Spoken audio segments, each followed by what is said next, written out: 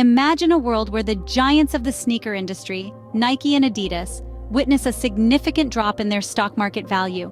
Sounds like a sneakerhead's nightmare, doesn't it? But this isn't a dystopian sneaker world we're talking about.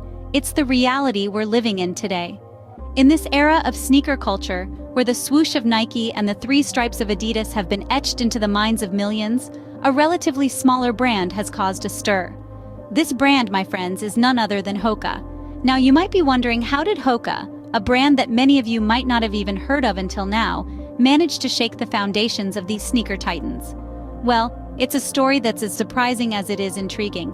In the world of business, every brand has its ups and downs, but the impact that Hoka has had on the stock market of Nike and Adidas is nothing short of shocking.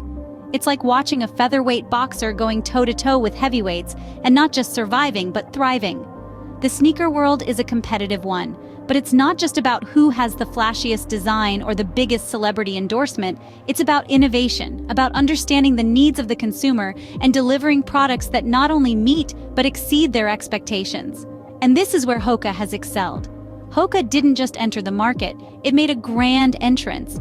It didn't just compete, it challenged the status quo.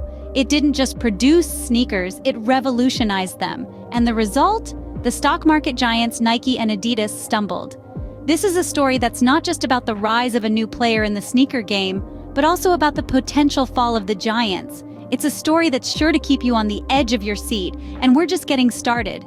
Yes, you heard it right, Hoka did that. But who is this David among the Goliaths? Let us take you back to the beginning. Hoka 11, or simply Hoka, is a name that originated from the Maori language, translating to fly over the earth. Fitting, considering the brand's French roots. Nestled in the heart of the Alps, Annecy, where the founders, Nicolas Mermoud and Jean-Luc Diard, began their journey in 2009. Their mission? To design a shoe that allowed them to run downhill faster. Their solution? A revolutionary maximalist approach to shoe design. While the rest of the world was obsessing over minimalist, barefoot-like shoes, Hoka went in the opposite direction. They introduced shoes with extra thick soles, designed to provide maximum cushioning. This wasn't just a design choice. It was a statement, a rebellion against the norm, a bold declaration of identity. Hoka was different, and they weren't afraid to show it. Their shoes were initially met with skepticism. Critics labeled them as clown shoes due to their unconventional, oversized soles. But the founders were unfazed. They believed in their product, in the comfort and performance it offered. And soon, the world began to take notice. The unique selling points of Hoka were clear. Their shoes offered unparalleled cushioning, reducing the impact on the runner's joints. They were lightweight, despite their size, allowing for speed and agility. The meta-rocker geometry, a unique feature of Hoka shoes, was designed to complement a runner's natural gait, offering a smooth, efficient stride. But perhaps the most significant factor was their unapologetic commitment to innovation. Hoka was never content with the status quo. They consistently pushed the boundaries of what was possible, always searching for ways to improve, to redefine, to revolutionize. And so, against all odds, Hoka stepped into the ring. But how did Hoka rise from obscurity to become a force to be reckoned with? Good question. The answer lies in a mix of bold strategies, innovative designs, and a relentless focus on the customer. When Hoka hit the ground running, they didn't just want to join the sneaker industry. They wanted to revolutionize it. Their strategy was simple, but audacious. They set out to redefine comfort and performance in athletic footwear, and they did this by pushing the boundaries of design. Instead of following the tried-and-true path, Hoka chose to be trailblazers, embracing a unique maximalist approach to shoe design. The result? Sneakers that were undeniably different, with oversized cushioned midsoles that delivered unprecedented comfort and stability. But Hoka's ascent wasn't just about creating innovative designs. Their customer-centric approach played a pivotal role too. They listened to their customers, understood their needs, and crafted products that addressed those needs head-on. For instance, their popular Clifton series was born out of a desire to offer a lightweight, cushioned shoe that could handle both the rigors of long-distance running and the demands of everyday use. Strategic marketing was another key ingredient in Hoka's recipe for success.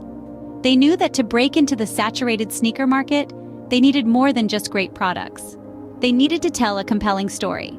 So they targeted their marketing efforts towards runners who were looking for something new, something different. They sponsored ultramarathons and trail races, where their chunky, cushioned designs were a natural fit. They partnered with elite athletes who could vouch for the performance of their shoes, and they leveraged social media to engage with their community and amplify their brand message.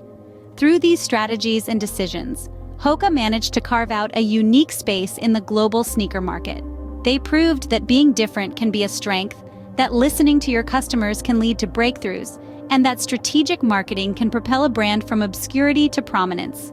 Hoka didn't just enter the game, they changed it. Their story is a testament to the power of innovation, customer centricity, and strategic thinking in shaping a brand's trajectory. So, how exactly did Hoka's rise cause such a tremor in the stock market values of Nike and Adidas? Well, let's delve into that. From the moment Hoka burst onto the scene, it was clear they were a force to be reckoned with. Their innovative designs and focus on comfort appealed to a wide range of consumers, from avid runners to casual walkers. This broad appeal led to a significant capture of market share, a market that Nike and Adidas had for a long time dominated. Before Hoka, Nike and Adidas were the titans of the sports shoe industry. They had a certain comfort in their position at the top. However, Hoka's entrance threw a wrench into their well-oiled machine.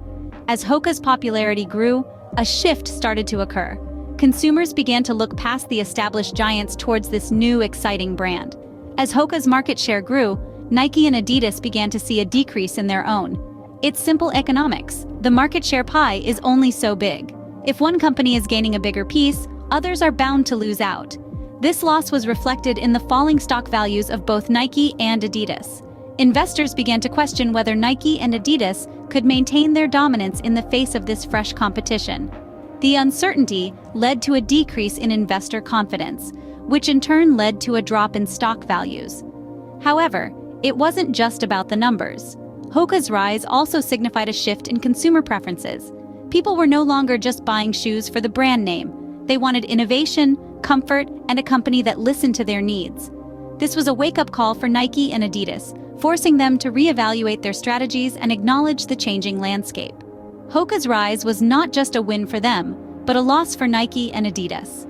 This loss, however, could be a catalyst for change, pushing the established giants to innovate, adapt, and once again prove their worth in an ever-evolving market. Now that we've seen Hoka's journey, what can we take away from it? The tale of Hoka is a testament to the power of innovation and a customer-centric approach. From a niche market of ultramarathon runners, Hoka expanded its reach, winning over the hearts of sneakerheads and everyday wearers.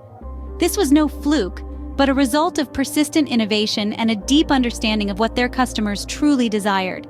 Innovation, as demonstrated by Hoka, is not simply about creating something new, but rather refining and improving upon what already exists. They took the concept of a running shoe and pushed the boundaries, introducing features like maximalist cushioning and meta-rocker geometry. This courage to innovate, to step outside the accepted norms, is a lesson we can all learn from Hoka's story. Next, let's talk about Hoka's customer focus. The brand knew that to truly stand out, they had to listen to their customers and meet their needs. They understood that a shoe is not just a shoe, but an extension of the wearer's lifestyle and personality. So, they offered a range of designs and colors, catering to different tastes and preferences. This level of customer focus is something that can set any business apart in a crowded marketplace. Lastly, we cannot overlook Hoka's strategic marketing.